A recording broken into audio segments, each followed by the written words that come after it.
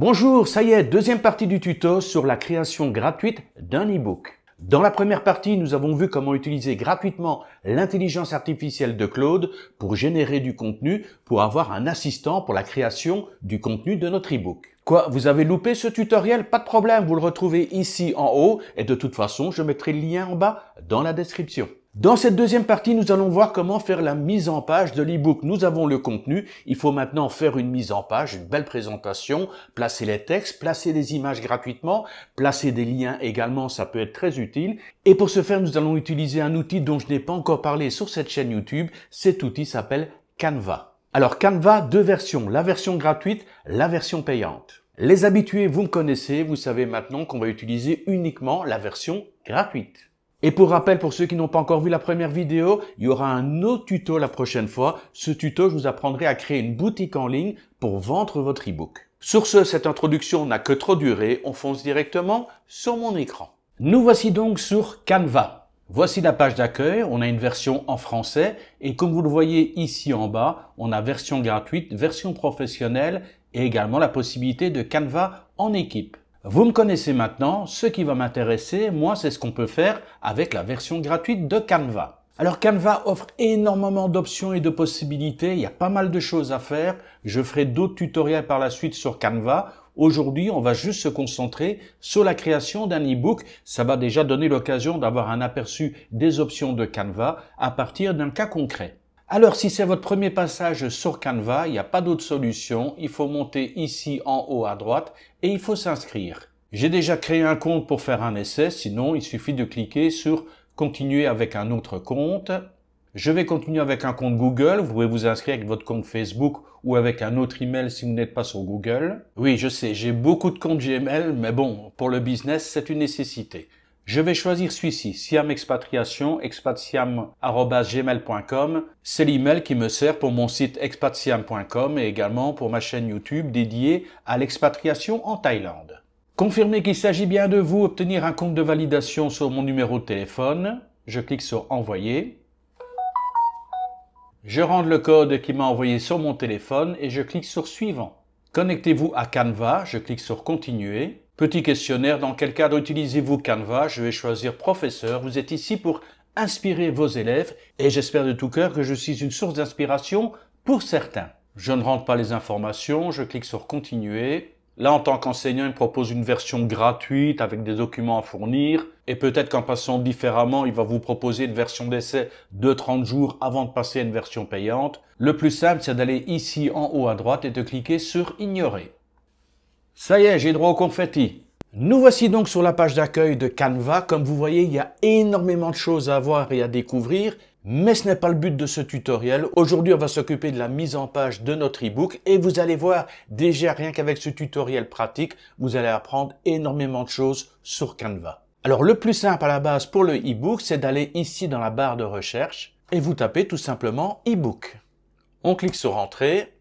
Et là, on arrive sur une page avec les modèles Canva. Regardez ici en haut à gauche, on a 1903 modèles. Il y a de quoi faire, mais c'est pas spécialement la méthode que j'apprécie le plus. Je vous montre rapidement comment ça peut fonctionner. Regardez ici, les miniatures sont relativement petites. On voit pas très bien comment ça se passe. Je préfère aller là, regardez ici sur la droite, il est marqué Afficher tout. Je clique sur Afficher tout. Et là, on a quand même une vue meilleure de ce qui est proposé par Canva. Alors nous, on va travailler directement à partir d'un e-book vierge. Voilà, une page vierge. Sinon, vous pouvez choisir un modèle. Pour le choix d'un modèle, attention à certaines choses à vérifier. Je vous ai dit Canva fonctionne en mode gratuit, mais également en mode payant. Regardez ici, on a plusieurs modèles. Et regardez ici, certains modèles, il y a une petite couronne ici en bas à droite. Ça veut dire que ce sont des modèles payants. Vérifiez bien avant de choisir un modèle parce que vous pouvez très bien choisir un modèle payant. Même avec la version gratuite, vous allez pouvoir apporter toutes les modifications que vous voulez. Mais au moment où vous allez vouloir exporter, on va vous dire, désolé, hop, il faut passer à la caisse. Alors deux options, soit effectivement vous payez, ou alors vous recommencez tout votre travail, mais à partir d'un modèle gratuit. Je remonte légèrement. Là, je suis sur le premier modèle. Voilà, on n'a rien de spécial. On a l'étoile, les trois petits points qui s'affichent ici. Mais regardez le modèle ici, par exemple. On a bien l'étoile, on a bien les trois petits points. Mais regardez ici en bas à gauche, on vous dit qu'il y a déjà 11 pages de fait. Donc c'est un modèle Canva qui est fait avec 11 pages. Si ce type de modèle vous intéresse, soit une page unique, soit plusieurs pages déjà réalisées, vous allez sur les 3 petits points ici et vous sélectionnez par exemple prévisualiser ce modèle. Première page, on clique, on voit la deuxième page, troisième page, quatrième page, voilà. Vous avez une idée un petit peu du modèle de présentation. Ensuite, il vous suffit de faire les modifications à l'intérieur de ce modèle. Pour ce faire, vous cliquez sur personnaliser ce modèle. Vous allez commencer par exemple par changer le titre. Vous sélectionnez le titre. Vous supprimez cette partie en anglais et vous remplacez par exemple par rose et rosier. Alors vous allez voir qu'avec Canva, la plupart des outils se trouvent en haut et sur la gauche. Là, on est sur la partie texte et regardez ici en haut à gauche, on peut changer la police de caractère. On clique donc sur la police de caractère et regardez, on a automatiquement plein de propositions qui sont faites. Il y a des polices recommandées, les polices du document. Vous décidez par exemple de garder les polices du document. Vous sélectionnez ce modèle-là. Ensuite, ici, vous pouvez modifier la taille. Ici, vous pouvez changer la couleur. On peut mettre du gras, de l'italique, quand l'option est disponible. Pas sur ce style d'écriture. On peut mettre souligné. On peut barrer le texte. On peut également le mettre en majuscule. Ici, on a les options alignement. Là, on est aligné à gauche. On est aligné centré. On est aligné à droite. Et là, on est justifié. Pour du titre, généralement, on le met en centré. Liste à points. Les espacements entre les différentes lignes de votre texte. Il y a possibilité de rajouter des effets. Il y a également possibilité de rajouter des animations. Mais bon, dans le cas d'un e-book, c'est pas spécialement l'idéal. On peut également jouer sur la position. Ça, c'est bien quand vous avez plusieurs calques. Donc, on dit par exemple ici, je vais changer la position du texte. Je vais le mettre carrément sur la photo. Donc, ici, on a deux calques qui se superposent. On a le texte et on a la photo. Au niveau du texte, on pourrait le mettre par exemple derrière la photo ou devant la photo. Donc à partir du moment où vous avez plusieurs calques, vous pouvez décider de les superposer. On peut le faire par exemple ici avec un élément. Regardez sur la gauche, on a une fenêtre ici possible avec des éléments. Je clique sur éléments et il me donne plein d'options disponibles. On va attaquer sur les formes. Je vais cliquer sur afficher tout. J'ai toutes les formes qui sont affichées et je vais prendre par exemple tout simplement cette forme. Voilà, elle a été rajoutée sur mon document. Toujours la même chose, je sélectionne la forme, regardez ici en haut à gauche, je peux modifier la couleur. Je vais prendre par exemple du bleu. À partir des boutons qui sont ici, je peux agrandir éventuellement l'image, le cadre, la forme. Avec le bouton ici, je peux modifier son angle. Et puis comme je vous ai dit, au niveau de la position, je clique sur position, je peux le reculer derrière le texte ou je peux le reculer derrière la photo et le texte. Regardez, on a maintenant la forme qui disparaît derrière la photo. Je resélectionne la forme, je vais la remettre en avant et là on a le cadre qui apparaît au-dessus de la photo mais en dessous du texte. Je reprends de nouveau la forme, je clique sur en avant et là cette fois-ci on a la forme qui est devant le texte et la photo. Voilà un petit peu le concept de la position.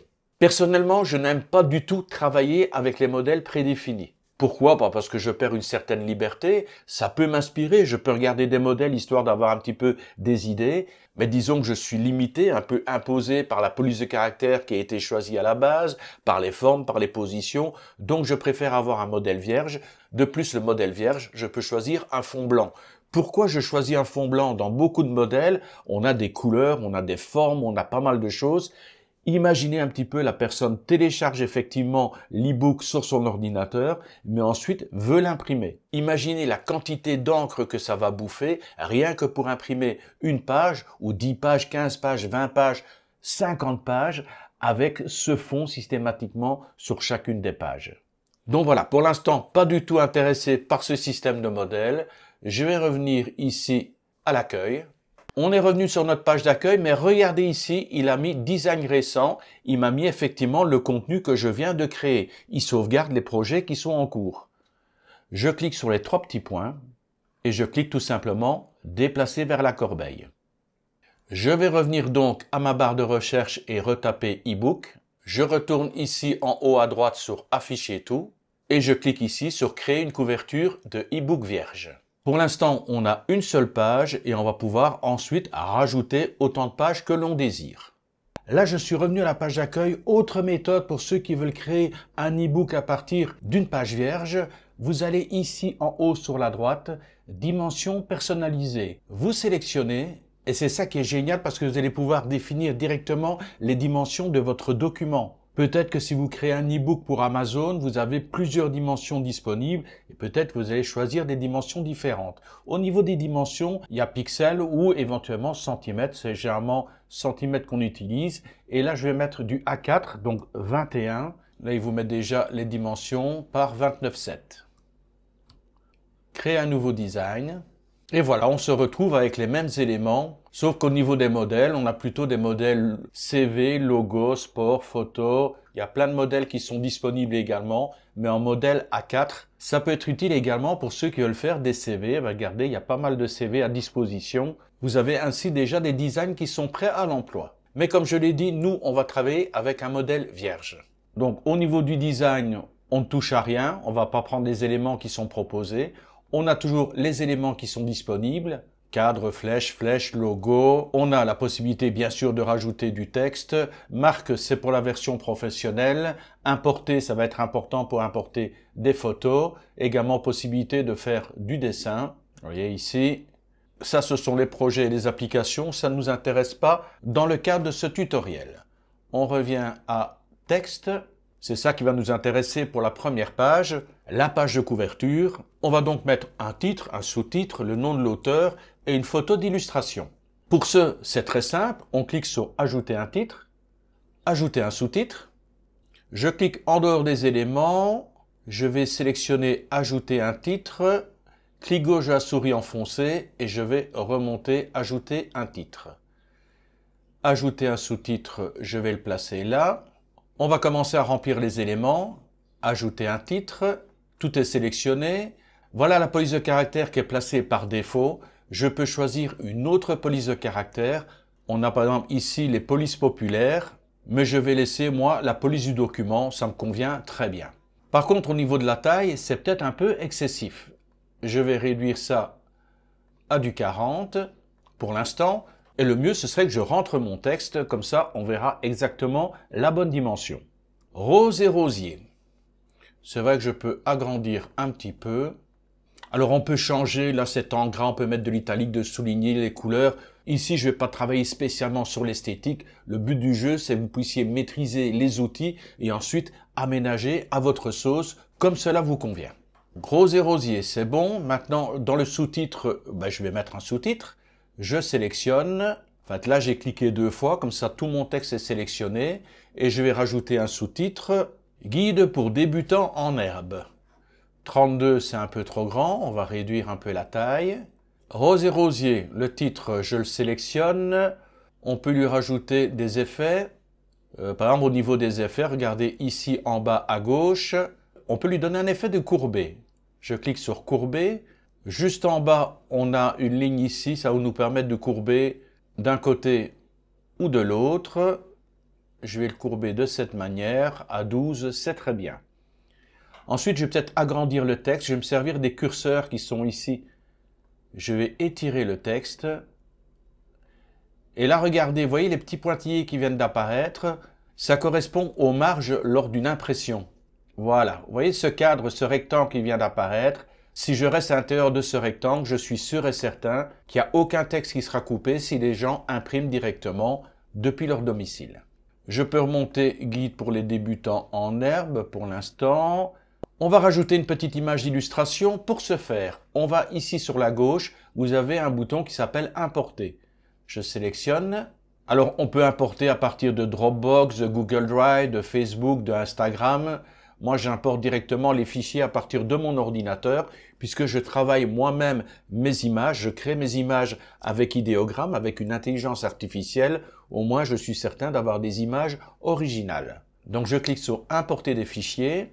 Là, j'arrive directement sur mon dossier, mon fichier photo e-book et je vais mettre « Rose rouge fond blanc »,« Ouvrir ».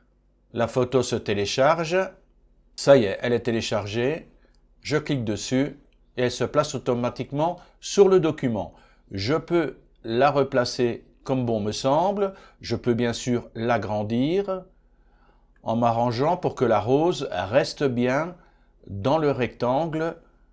Je vérifie. Super, là je suis bien dans le rectangle, il n'y a aucun risque que la fleur soit coupée lors de l'impression. Par contre, ça je peux le descendre un petit peu. Tout ça c'est de la mise en page, hein. On peut encore rajouter quelques petits éléments, par exemple comme le nom de l'auteur ou certaines autres informations. Mais pour l'instant, ça me suffit largement comme ça. Je vais cliquer maintenant sur « Ajouter une page ». Et sur cette page, qu'est-ce que je vais mettre? Je vais mettre le sommaire. Alors pour le sommaire, je clique dans « Texte ». Donc au niveau du texte, on a le titre, le sous-titre et on a également ici cet élément « Ajouter des lignes dans le corps du texte ». Le corps du texte, c'est ça qui nous intéresse. Je le sélectionne. Alors par défaut, il m'a mis la taille à 22, c'est énorme. Je vais réduire ça à 12. Je vais maintenant aller chercher effectivement mon sommaire. Je vais dans mon éditeur de texte. Voilà, je suis sur l'autre partie e-book, tout ce qu'on a créé ensemble lors du tutoriel précédent. Et là, on a donc sommaire, introduction, conclusion, les annexes et les 6 chapitres. On attaque donc avec le sommaire. Ouvrir le document. Je sélectionne tout le document, donc copier. Maintenant, je peux revenir sur Canva. Je vais dans mon corps de texte. Clic droit de la souris, coller. Voilà, tout mon sommaire a été placé. Par contre, il risque d'être un peu trop grand pour la page. On va vérifier ça tout de suite. Pour l'instant, je clique, vous voyez le cadre ici, je clique en dehors du cadre. Je reviens avec mon curseur dessus, clic gauche de la souris enfoncé et je vais replacer un petit peu. Là, je peux agrandir mon cadre. Bon, voilà, comme ça, il est parfaitement dans le rectangle. Voilà, tout sélectionné. Donc, clic droit de la souris, je sélectionne tout le texte. Je vais maintenant dans l'alignement. Au niveau de l'alignement, pour l'instant, c'est centré. À gauche, non. Justifier. Voilà, ça me convient mieux. Justifier comme ça, c'est très bien. Il y a certains éléments que je peux changer. Par exemple, rose et rosier, guide complet pour les néophytes en herbe. Je sélectionne et je peux supprimer. Donc, je vais aller directement sur Introduction. Si vous trouvez que c'est trop petit, il n'y a aucun problème. Regardez ici, vous descendez. Vous avez ce curseur, ça vous permet d'agrandir la page. Alors, ça, je supprime. Introduction, tomber sur le charme des roses. Je vais mettre ça en gras et en italique. Chapitre 1, gras, italique. Et je vais faire ça pour tous les chapitres, enfin tous les titres principaux qui sont dans ce sommaire. Par contre, lorsque j'arrive en bas de page, regardez, le chapitre 6, il est en dehors. C'est pas un problème. Je sélectionne chapitre 6 et annexe. Je fais un clic droit de la souris et je fais copier. Maintenant que j'ai copié cette partie de texte, je peux la supprimer. Je vais sur ajouter une page. Je vais réduire un petit peu la taille, là c'est un peu trop grand, d'accord. Comme ça c'est très bien. Dans ma page numéro 3, toujours la même chose, ajouter un corps de texte. Au niveau de la police de caractère, je remets de nouveau à 12. Je sélectionne mon texte. Je fais coller. Et voilà le chapitre 6 qui a été placé. Je sélectionne tous les éléments du chapitre 6. Au niveau de l'alignement, je mets justifier. Le titre chapitre 6 en gras et en italique. La conclusion gras italique. Idem pour l'annexe. Je clique en dehors. Je reviens sur le texte, clic gauche de la souris. Et voilà, je peux remonter. Là, je peux agrandir le cadre pour qu'il arrive au niveau des marges. Super. Voilà. On a donc pour l'instant la page de couverture. Ensuite, on a ici le sommaire divisé en 2 pages. On peut créer une nouvelle page.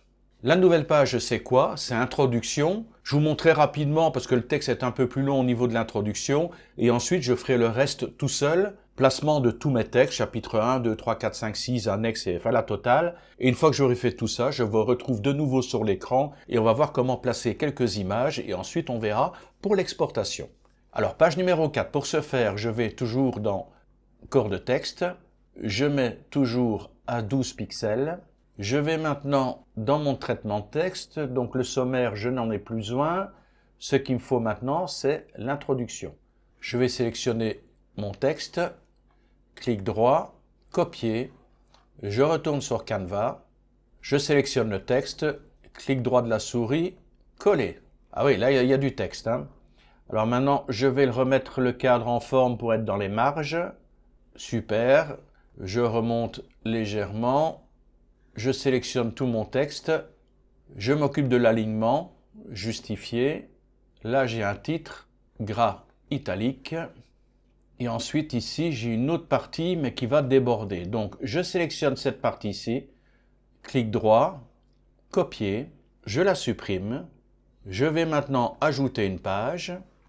Corps de texte, je mets à 12, je sélectionne le texte, coller, toujours le même principe, hein, se remettre dans les marges, remonter le texte, sélectionner le texte, alignement du texte, et ensuite le titre qui est ici, gras italique. Voilà. Ensuite, après, ce ne sera que de la mise en page. Pour l'instant, j'ai mon texte ici. Au niveau du texte ici, je peux le redescendre légèrement. Et dans l'espace que j'ai ici en haut, je vais ajouter un titre, introduction. Par contre, le titre est énorme. Je le sélectionne et je vais le mettre à quelle taille? 24. On va regarder sur le 24. Oui, ça me paraît correct. Si jamais c'est trop grand, il n'y a aucun problème. Je le modifierai. Voilà, introduction. Et dans ces espaces blancs, je pourrais remonter le texte ou le descendre, ou le mettre au milieu, et mettre une petite illustration en haut et une petite illustration en bas, où je peux éventuellement, ça on va le voir après, modifier de cette manière. Et ici, je pourrais très bien mettre une photo, par exemple une tige avec une rose. Il y a moyen de faire pas mal de choses. Donc voilà, je vais replacer comme ça pour l'instant, en respectant les marges. Super. Donc pour l'instant, vous avez compris un peu le principe au niveau du texte. Je vous laisse quelques secondes pour vous, mais pour moi de longues minutes, et je vais rentrer tout le texte de mon e-book. Et ensuite, on verra un petit peu pour les images, les insertions, enfin comment on peut améliorer un petit peu le design de cet e-book. Voilà, pour l'instant, j'ai rajouté 2 chapitres. Je m'arrête ici parce que sinon, j'aurais jamais terminé le tuto pour samedi. Je suis déjà à 13 pages, mais disons qu'ici, avec les 2 chapitres, j'ai assez d'éléments pour vous montrer ce que vous devez faire. Premier élément très important, regardez ici, page 13, ajoutez le titre de la page. Je ne rajoute rien ici. Je monte, page 12, voilà, ici. Page 10, c'est là que commence mon chapitre 2 à la découverte des roses, un arc-en-ciel de variété. Donc je vais donner un titre à cette page, page 10, et ajouter le titre de la page, je vais marquer chapitre 2. Je continue à monter. Ici nous avons le chapitre 1, j'ai déjà nommé chapitre 1 pour la page 6. À quoi cela me sert-il? Regardez. Je continue à monter et je reviens ici dans mon sommaire. Pour l'introduction, j'ai déjà mis un lien. Regardez maintenant. Le concept des liens, ça veut dire qu'ici, lorsque les gens vont avoir l'e-book sur leur ordinateur, s'ils cliquent sur chapitre 1, ils vont être envoyés directement à la page qui correspond au début du chapitre 1. Je vais ici, je sélectionne chapitre 1 et regardez ici en haut, il a mis écriture magique et juste à droite, on a une sorte de 2 maillons qui sont entrelacés. Je clique sur ces 2 mailles et il me demande de saisir un lien ou une requête. Mon lien, c'est quoi? Là, pour l'instant, j'ai des pages sans titre, introduction, sans titre. Voilà, page numéro 6, c'est le début de mon chapitre 1. Je clique et il me dit, voilà, le texte est chapitre 1, l'histoire captivante des roses. C'est bien le titre que nous avons sélectionné ici. Le lien, ça veut dire que lorsque les gens vont cliquer sur chapitre 1, ils vont être amenés directement sur la page 6 où débute mon chapitre 1. Et le mode d'affichage, c'est un mode lien. Je clique sur terminer, mon lien a été rajouté. Même chose, chapitre 2, je sélectionne, je clique sur les 2 maillons, je recherche où se trouve mon chapitre 2, voilà, chapitre 2, il est ici, je le sélectionne, chapitre 2, lien, terminé. Maintenant, ici, je pourrais très bien, par exemple, dans Rose et Rosier, je pourrais encore rajouter un sous-titre. Je vais le mettre en taille 18. Je vais le mettre en couleur bleue. Pourquoi pas en italique. Et comme texte, je vais rajouter https://toptutorweb.com. Je vais repositionner ici par exemple. Je vais sélectionner mon texte. Je clique sur les deux maillons. Et cette fois-ci, au lieu d'aller sur une page de mon document, je vais simplement rajouter le lien. https://toptutorweb.com, terminé. Et vous voyez ici, il est bien marqué que si les gens cliquent, ils arriveront directement sur mon site internet. Maintenant, je vous ai dit, on peut également rajouter des images, des illustrations. On va aller ici dans l'onglet éléments. Je vous ai dit, on peut rajouter des formes, des carrés, des flèches, des logos. Il y a des générateurs d'images, mais je préfère générer avec ma propre intelligence artificielle. Il y a des stickers, il y a des photos, il y a possibilité de mettre des vidéos, mais dans le cas d'un e-book, c'est pas spécialement recommandé. Donc au niveau des photos, je vais cliquer sur afficher tout. On a un onglet de recherche, je vais marquer par exemple rose, rose rouge.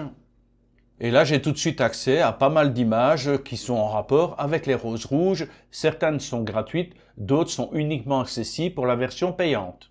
Je vais par exemple prendre celle-ci, je vais la descendre, qu'elle reste dans mon cadre. Je vais la redimensionner. Voilà, comme ça, j'ai une photo de rajouter.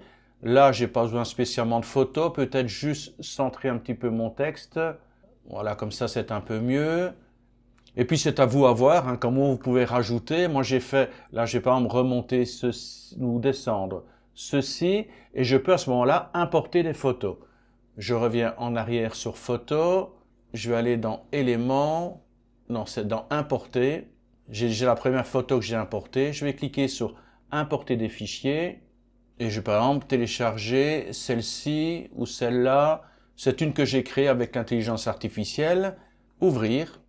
Elle se télécharge. Voilà, c'est bon. Je clique. Voilà, elle était placée. Je positionne. Après, c'est juste de la mise en page. On continue, on descend. Là, on pourrait mettre une photo, je vais pas tout faire, hein. Là, voilà, une photo, par contre, ici, ça peut être assez bon. Je vais aller ici dans les éléments. Je vais retourner dans mes photos. Enfin, du moins, les photos qui sont proposées par Canva. Afficher tout. Je vais taper de nouveau rose-rouge, ou plutôt rose-rose. Je vais, par exemple, prendre cette image. Super. Je vais la faire pivoter comme ceci, à 90 degrés. Je vais la déplacer, que ça reste dans le cadre. Maintenant, je vais redimensionner. Voir si je peux étirer un petit peu tout ça. Voilà, comme ça, j'ai rajouté quelques images. Vous avez compris maintenant le principe, hein, c'est vraiment extrêmement simple. Reste la dernière partie à faire. Il faut effectivement, une fois que vous avez fini d'implanter vos images, d'implanter vos textes, de mettre vos liens, il faut ensuite, bien sûr, exporter. Pour ce faire, vous montez ici en haut à droite et vous cliquez sur Partager. On va télécharger. Type de fichier PNG. Ce qui nous intéresse, c'est PDF standard. Aplatir le PDF, ça risque d'augmenter le poids de votre PDF. On n'inclut pas les commentaires. Sélectionner les pages, toutes les pages, ou vous pouvez sélectionner uniquement certaines pages. Ici, on va sélectionner les 13 pages. Enregistrer les paramètres de téléchargement, non, je referai à chaque fois les paramètres si nécessaire et je clique donc sur télécharger. Il me demande où je veux placer le PDF sur mon ordinateur. Je vais aller directement sur mon disque dur externe, dans Top Tuto Web, dans mes rushs numéro 4, enregistrer sous e-book rose. Enregistrer. Je peux revenir à l'accueil de Canva et regardez ici. J'ai mon projet qui est sauvegardé, donc je peux revenir dessus par la suite si jamais je veux faire des mises à jour, si je veux apporter des modifications, si je veux changer des liens. En fait, il suffira de réouvrir le projet et ensuite de faire les modifications qu'on désire. On va vérifier si l'e-book est arrivé à bon port. Effectivement, dans mes rushs numéro 4, j'ai e-book rose PDF. Clique, ouvrir avec aperçu. Et voilà, Rose et Rosier, guide pour débutants. J'ai bien mon lien ici. Introduction tombée sous le charme, où on va regarder directement chapitre 2, à la découverte des roses, un arc-en-ciel de variété. Je clique et j'arrive directement à la page numéro 10. Au début du chapitre numéro 2, les liens fonctionnent parfaitement. Donc j'ai ici toute la mise en page, hein. Page 1, je vais peut-être réduire un petit peu la taille, qu'on puisse voir convenablement. La page 2, 3, 4, 5, 6, 7... 8, 9, 10, 11, 12 et 13.